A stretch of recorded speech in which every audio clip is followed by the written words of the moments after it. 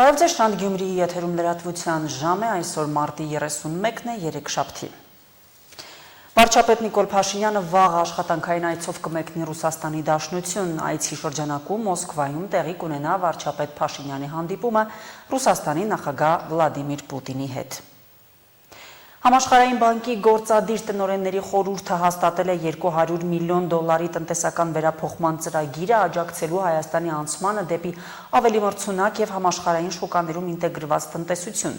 Բացի այդ, OPEC հիմնադրամը մտադիր է զուգահեռաբար տրամադրել մինչև 80 միլիոն եվրո ֆինանսավորում ընդհանուր աջակցության փաթեթը հասցնելով մոտավորապես $290 միլիոն։ Հայաստանը ունի հավակնոտ բարեփոխումների օրակարգ եւ մենք աջակցում ենք երկրի ջանքերին կառուցելու ավելի բաց մրցունակ եւ կայուն տնտեսություն, հայտարարել է Համաշխարհային բանկի Հայաստանի գրասենյակի ղեկավար Ֆաբրիցիո Ձարկոնեն, միաժամանակ ընդգծելով, որ ավելի դիվերսիֆիկացված եւ դիմակայուն տնտեսության անցումը կստեղծի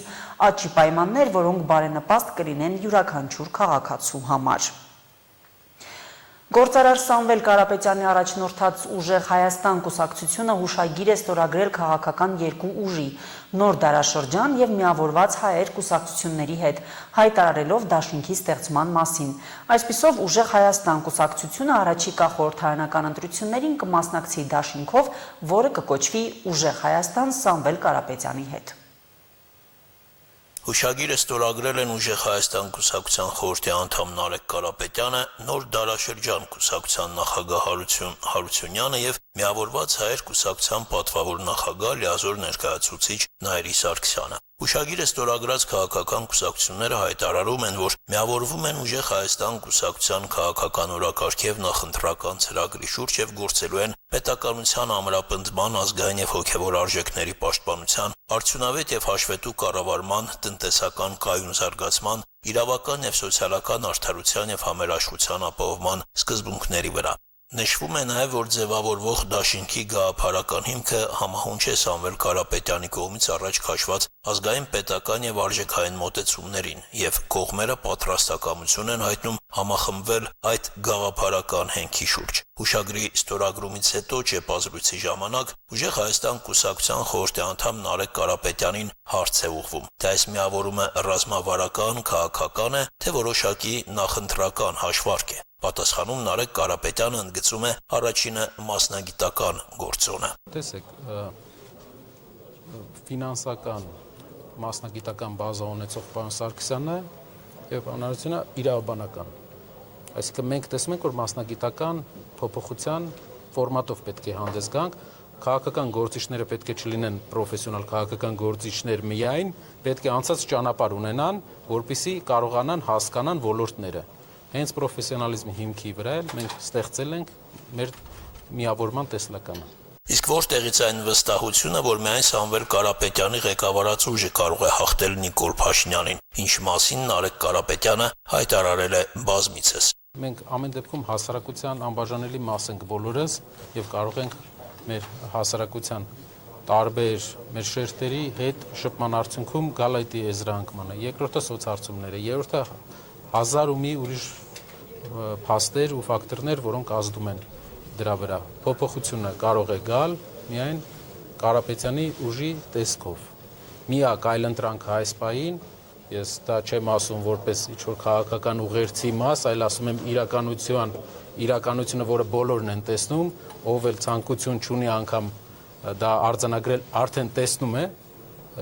փոփոխությունը գալու է Կարապետյանի ուժով։ Այսպիսով Ուժեղ Հայաստանը խորհրդարանական ընտրություններին կմասնակցի դաշինքով։ Նաև հիշեցնենք, որ նախօրեին Նարեկ Կարապետյանը նշել էր, թե Ուժեղ Հայաստանը դռները բացում է բոլոր նոր ուժերի առջև, որոնք ցանկանում են միավորվել եւ փոխել Հայաստանի ընթացքը։ Շանթ հեռուստաընկերություն, Հորիզոն։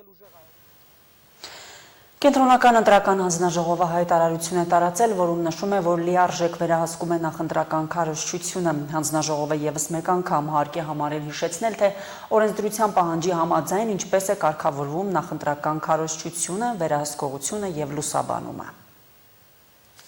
Հերթական անգամ հիշեցնում ենք, որ նախընտրական քարոզչությունը կարգավորվում է ընտրական օրենսգիրք սահմանադրական օրենքի 19-ից 23-րդ հոդվածներով։ Նախընտրական քարոզչության ժամանակահատվածը ընտրական օրենսգրքով սահմանված այն ժամանակահատվածն է, որի ընթացքում ընտրություններին մասնակցող կուսակցությունների դաշինքներին եւ թեկնածուներին հավասար հնարավորություններ ապահովելու նպատակով գործում են ընտրական օրենսգրքով սահմանված կանոնները, հանրային ռեսուրսներից օգտվելու, քարոզչություն իրականացնելու եւ ֆինանսական թափանցիկությունն ապահովելու համար։ 2026 թվականի հունիսի 7-ին կայանալիք ազգային ժողովի ընտրությունների պարագայում նախընտրական քարոզչության ժամանակահատվածն է մայիսի 8-ից հունիսի 5-ը։ Քվեարկության նախորդ օրը հունիսի 6-ին եւ քվեարկության օրը մինչեւ 20:00 նախընտրական քարոզչությունն արգելվում է։ Մնացած ժամկետներում քաղաքական ուժերը, քաղաքական գործիչներն ազատ են իրականացնել քարոզչություն։ Ընտրական օրենսգրքով հատուկ սահմանված է, որ նախընտրական քարոզչության ժամանակահատվածի սահմանված լինելը չի սահմանափակում օրենսգրքով չարգելված այլ ժամանակահատվածում քարոզչության իրականացումը։ Կրկնում ենք, մինչ նախընտրական քարոզչության ժամանակահատվածը ցանկացած քաղաքական ուժ կարող է իրականացնել քարոզչություն, հանդիպել քաղաքացիների հետ, շրջել Հայաստանի բնակավայրերում եւ անել ցանկացած գործողություն, որն արգելված չէ Հայաստանի Հանրապետության օրենսդրությամբ։ Հիշեցնում ենք նաև, որ հունիսի 7-ին կայանալիք ազգային ժողովի ընտրություններում առաջադրման ժամկետը ապրիլի 13-ից 23-ն է, գրանցման վերջնաժամկետը մայիսի 3-ը։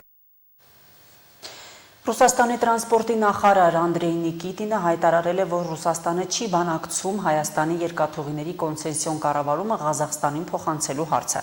Հիշեցնենք, որ մարտի սկզբին Հայաստանի վարչապետը հայտարարել էր Ռուսաստանի հետ երկաթուղու կառավարումը մեկ այլ երկրի, օրինակ Ղազախստանին, Արաբական Միացյալ Էմիրություններին կամ Կատարին փոխանցելու վերաբերյալ քննարկումների մասին։ Մարտի 26-ին վարչապետ Փաշինյանը հույս էր հայտնել, որ Ռուսաստանը եւ Հայաստանը կհամաձայնվեն կառավարումը փոխանցել Ղազախ գործընկերներին, սակայն մինչ օրս ռուս գործընկերները չեն հաստատել այս տարբերակը։ Կարող եմ ասել, որ նախ մենք որևէ մեկին որևէ կոնցեսիա տալու ծրագրեր չունենք, երկրորդ մեր գործընկերներն ու ընկերները Հայաստանում պաշտոնապես չեն քննարկել այս հարցերը մեզ հետ, ասել է Անդրեյ Նիկիտինը ՌԻԱ Նովոստիին տված հարցազրույցում։ Նա ընդգծել է, որ այս հարցի շուրջ Ղազախստանի հետ նույնպես շփումներ չկան։ Միացյալ Նահանգներ Իրան բանակցությունների վերաբերյալ կողմերը շարունակում են հակասական հայտարարությունները։ Ամերիկացիները պնդում են, որ դրանք լավ են ընթանում, իսկ իրանցիները հերքում են դրանց առկայությունը։ Ի վերջո, բանակցությունները ընթանում են թե ոչ, մանրամասները ռեպորտաժում։ Սպիտակ տան մամուլի քարտուղարը հայտարարել է, որ Միացյալ Նահանգների եւ Իրանի միջև բանակցությունները շարունակվում են, ավելին լավ են ընթանում։ Զարմանալի չէ, որ ռեժիմի մնացած տարերը ավելի ու ավելի են ձգտում դադարեցնել ոչնչացումը եւ նստել բանակցությունների սեղանի շուրջ, քանի դեռ հնարավորություն ունեն։ Չնայած ռեժիմի բոլոր հրապարակային հռետորաբանությանը եւ կեղծ հաղորդագրություններին բանակցությունները շարունակվում են եւ լավ են ընթանում։ Այնինչ հրապարակայինորեն ասվում է, իհարկե շատ տարբերվում է այն բանից, ինչ մեզ ասում են անձնական զրույցներում։ Քերոլայն Լիվիտը նշել է, որ այդ բանակցությունների արդյունքում նախագահ Թրամփը որոշել է 10 օրով դադարեցնել Իրանի արդյունաբերական եւ էներգետիկ օբյեկտների վրա ծրագրված հարվածները։ Լրագրողներից մեկի հարցին, թե ինչ կլինի ժամկետի լրանալուց հետո, Սպիտակ տան խոսնակն ասել է, որ հուսով են հասնել Իրանի հետ գործարքի։ Պաշտոնական Թեհրանը հայտարարել է, որ Միացյալ Նահանգներից բանակցություններ վարելու առաջարկ է ստացել Պակիստանի եւ այլ միջնորդների միջոցով, սակայն Վաշինգտոնի հետ անմիջական շփում չի եղել։ Այս 31 օրվա ընթացքում որևէ բանակցություններ չենք վարել Միացյալ Նահանգների հետ։ Տեղի ունեցել բանակցությունների խնդրանք Միացյալ Նահանգների կողմից ներկայացված մի շարք առաջարկների հետ միասին, որոնք մեզ են հասել որոշ միջնորդների, այդ թվում Պակիստանի միջոցով։ Մեր դիրքորոշումը շատ հստակ է։ Այժմ այն իրավիճակում ենք, երբ Միացյալ Նահանգների ռազմական ագրեսիան շարունակվում է ինտենսիվությամբ։ Մենք բոլորս մեր լավագույնն ենք անում Իրանի ազգը պաշտպանելու համար։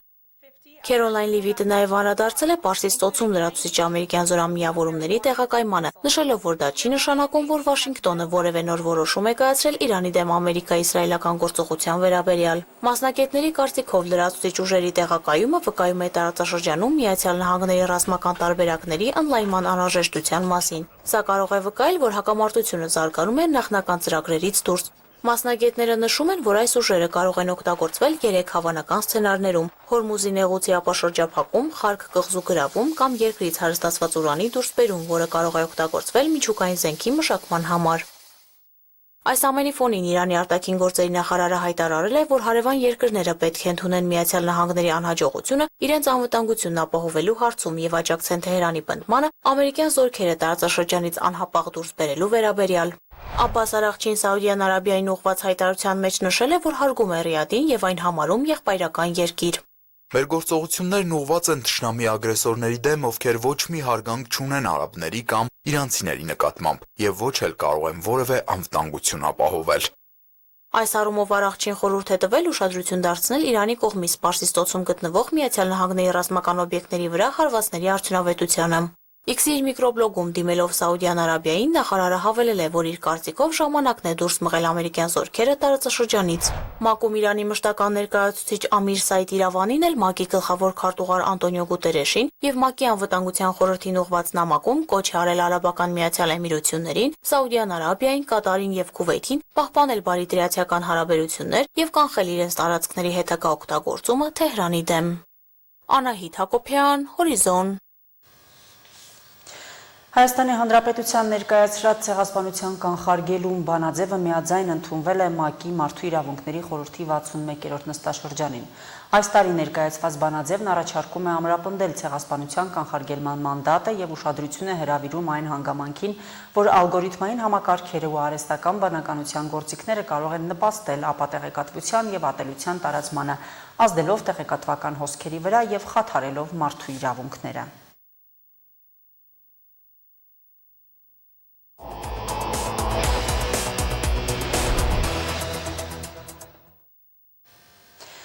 Աշխատանքի և սոցիալական հարցերի նախարարին կից հասարակական խորհրդի երկրորդ նիստը այս անգամ անցկացվել է նոր ձևաչափով ուղիղ հեռարձակմամբ, ապահովելով գործընթացի առավել թափանցիկությունն ու հանրային հասանելիությունը։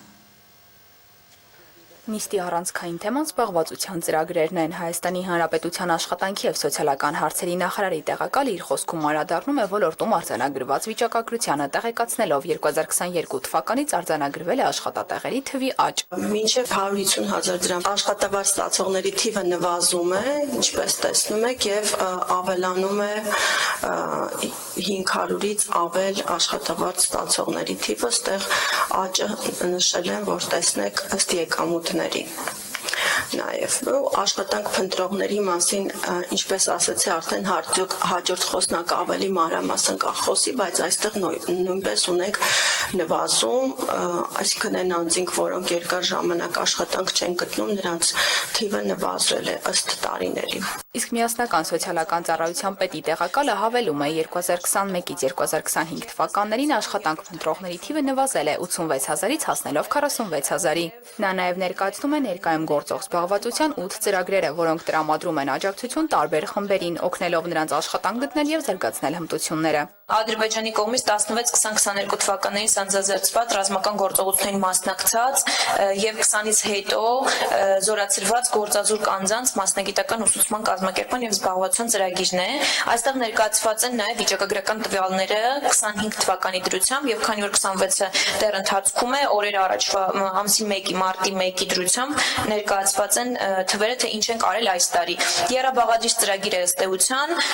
որի առաջին բաղադրիչը ենթադրում է մասնագիտական ուսուցում եւ աշխատանքի տեղավորում, այսինքն զորացրված անձին պետության աջակցության միջոցով մասնագիտական ուսուցում է տրվում, որի շրջանակներում եւ գործատուին է, այսինքն ուսուցանողին է աջակցություն տրամադրվում եւ արդեն կրթաթոշակի ձևով հենց զորացրված գործազուրկ անձին։ Երկրորդ բաղադրիչը աշխատանքային փորձի ձեռքբերումն է եւ երրորդ բաղադրիչը միանվագ փոխհատուցումն է գործատուին։ Հաջորդ ծրագիրը վերաբերում է Ղարաբաղից բռնի տեղահանված անձանց կարճաժամկետ ուսուցմանը։ 26 թվականին արդեն իսկ 66 միջոցառում արվել է։ Ես հիմա ինձ մոտ հանեմ նաև անցած տարվա թվերը, որ զուգահեռ ներկայացնեմ։ 2025 թվականին 952 ծրագիր է իրականացվել։ Էլի նույն եռաբաղադրիչ ծրագիրն է մասնագիտական ուսուցում եւ աշխատանքի տեղավորում առաջին բաղադրիչով, երկրորդով աշխատանքային փորձի ձեռքբերում եւ աշխատանքի տեղավորում, այսինքն եթե այս դեպքում անձը ունի արդեն մասնագիտություն, միայն փորձն է պակասում տեղավորման համար, եւ երրորդը առաջին երկու բաղադրիչների հանրագումարն է։ Ղարաբաղից բռնի տեղահանված անձանց վերաբերող եւս մեկ գործող ծրագիր կա, որը վերաբերում է նրանց ինքնազբաղվածության խթանմանը։ Այն ամբողջական ծավալով սկսել է գործարկվել օրեր առաջ։ Նախարարը զբաղվածության ծրագրերի համատեքստում արձանագրում է կարևոր խնդիր՝ աշխատավարձերի թերհայտարարագրումը, որը բացասական ազդեցություն է ունենում ինչպես աշխատողի իրավունքների ապահովման, այնպես էլ սոցիալական ապահովության համակարգի արդյունավետության վրա։ Ուրիշ հարցեր կա, անկեղծ պիտի ասենք, էլի այդ աշխատավարձերի թեման շատ ցավոտ հարց է, որովհետև մինչև հիմա մենք ունենք թեր հայտարարագրված աշխատավարձեր, թեև եւ վարչարարությամբ եւ այլ գործիքներով պայքարում ենք դրա դեմ, բայց ինձ այն օրը Երևանում քայլում ենք, էլի մի քաղաքացի մոտեցավ, էլի հիմա չեմ ուզում սև PR-ով զբաղվել, բայց իհարկե մենք այդ բանով մեր խողովակներով այդ ամեն ինչով կզբաղվենք, բայց մի շատ հայտնի կազմակերպության, այնց որ անխտիր բոլորդ գիտեք, ասեց մինիմալ են գրանցում, դրանից ավել չեն գրանցում։ Ես էլ ուզում եմ եկամտային հարկի վերադարձից օգտվեմ, չեմ կարողանում օգտվել։ Նախարարությունը, ինչպես ընդգծում է Արսեն Թորոսյանը, չի ստեղծում աշխատատեղեր, այլ նպաստում է դրանց ստեղծմանը եւ քաղաքացիների զբաղվածությանը։ Ըստ Թորոսյանի, մեր պատկերացրած երկրում սոցիալական խնդիրների լուծումը կախված է զբաղվածությունից։ Էլեն Խուդեան, Հորիզոն։ Օրգանական քիմիայի դոկտորը կամավորագրված ուսուցիչ Գյումրիում։ Ֆրանսիա բնակ Անժելա Կարապետյանը Հայաստանը եկել իր գիտելիքները աշակերտներին փոխանցելու եւ քիմիա առարկայի նկատմամբ հետաքրքրությունն ավելացնելու համար։ Դոկտորի կոչումով նա վերադարձել է իր ծննդավայր Գյումրի եւ արդեն 5 ամիս է քիմիայի դասավանդում թիվ 1 ավագ դպրոցում։ Երազանքը իրականություն է դարձրել դեպի Հայք հիմնադրամի ծրագրով։ Փորձենք զոմբի այրումը, հա։ Այստեղ պիտի տեսնենք կաբույտ բոձեր։ Հոպ, տեսանք չէ։ Քիմիական նյութերի ստեղծման գաղտնիքները, ռեակցիաներն ու բանաձևերը ուսումնասիրելու ճանապարհին ծնունդով Գյումրիից Ֆրանսիա բնակ աղջիկը հասավ նախ Մարսելի, ապա հեղինակավոր Սորբոնի համալսարան։ Այսօր արդեն գիտնական է, դոկտորի աստիճանով։ Ամիսներ առաջ Անժելան ավարտել համալսարանը, մինչև Ֆրանսիայում կարիերա սկսել անսպասելի որոշում է կայացնում՝ վերադառնալ Գյումրի։ Գիտելիքն ու փորձը ներդնել այստեղ, կրթել նոր սերնդին, արթնացնելով այն նույն կայծը, որը փոխեց իր կյանքը։ Ես ընտրեցի Գյումրի գալ, որովհետև ծնունդով հենց Գյումրիից եմ ու այս 15 տարի Գյումրիի հետ չէի եկել։ Եղնի ընկերությունը, բարեկամությունը շատ հետ էի մնացել, դրա համար որոշեցի կամ իմ հենց բնիկ քաղաքը Գյումրին ու եկանք համաձայնության, որ այստեղ կլինի փորձի փոխանակում։ Ես իմ գիտելիքներով երեխաներին կսովորեցնեմ, աշակերտներին իրանք էլ իրենց գիտելիքներով ինձ կհարստացնեն։ Կրթական ծրագրերն ու առարկայի դասավանդման մեթոդներն այստեղ եւ Ֆրանսիայում նույնը չեն։ Առաջինը դա նկատեց Անժելան, բայց զարմանքն ավելի մեծ եղավ, երբ մի քանի օր աշակերտների հետ աշխատելուց հետո հասկացավ, ինչ մի ուժեղ ներուժ կա, որն անգամ իր համալսարանական գիտնական ընկերների ու գոլեգաների շրջանում չկա։ Խնդիրը ձևակերպելու, խնդիրը հասկանալու, լուծելու, մեթոդներ կիրառելու մեջ իրանք շատ ուժեղ են, որ մեր մոտ այդպես զարգացած չէ։ Մենք այնտեղ հիմնականում կփորձենք հասկանալ խնդրի էությունը ու միանգամից լուծում տալ, բայց կորզնականորեն։ Աշակերտներին գրավել է դոկտոր ուսուցչի դասավանդման մեթոդը։ Ամեն օր նոր բան են բացահայտում եւ սովորում քիմիա առարկայից։ Դպրոցի լաբորատորիայի հնարավորությունները լիարժեք կիրառում են դասապրոցեսի ընթացքում։ Դա ինտերնետորարելա, պես այդ ամենը ցույց է տալիս ու շատ հետաքրքիր է, որտեղ բաներ կա, որ մենք դեռ չենք տեսել ու նոր սովորում ենք։ Տարբեր նրբություններ նա նրբությունների մասին մեզ պատմել է, ինչպես ճիշտ ռեակցիաներ է կատարել, ինչ մոլային հարաբերությամբ, ինչ չափաբաժնով նյութերներ ավելացնել, որ ճիշտ արդյունք ունենանք։ 11-երի մոտ օրգանական քիմիա ենք անցնում, Անժելը երեխեքին ներկայացրեց իր կատարած աշխատանքները եւ դա տեսանյութով ներկայացրեց իրենց տեխնոլոգիաները Ֆրանսիայում կատարված, այն ինչը մենք բնականաբար այդ հնարավորությունները չունենք։ Դոկտոր Կարապետյանը 5 ամսով է եկել, շուտով կլրանա կամավորության ժամկետը, բայց նպատակ է դրել մինչև մեկնելը առարկայից եւս մի քանի բան սովորեցնել։ 2010 թվականից Ֆրանսիայում են բնակվում։ 15 տարի անց ու ընդամենը 5 ամսով իր քաղաքում մնալն ու ապրելը շատ կարճ ժամանակ էր, բայց վերադարձի նպատակները մնում են։ Քիմիկոսը որոշ ծրագրերի իրականացումը կապում է հայրենիքի հետ, համագործակցությամբ կոնկրետ արդյունքներ ստանալու համար։ Ճիշտ ասած, երազանքներից է, երազանք նաև նպատակ։ Մեկը այն է, որ ունենամ սեփական լաբորատորիաս Ֆրանսիայում ու շատ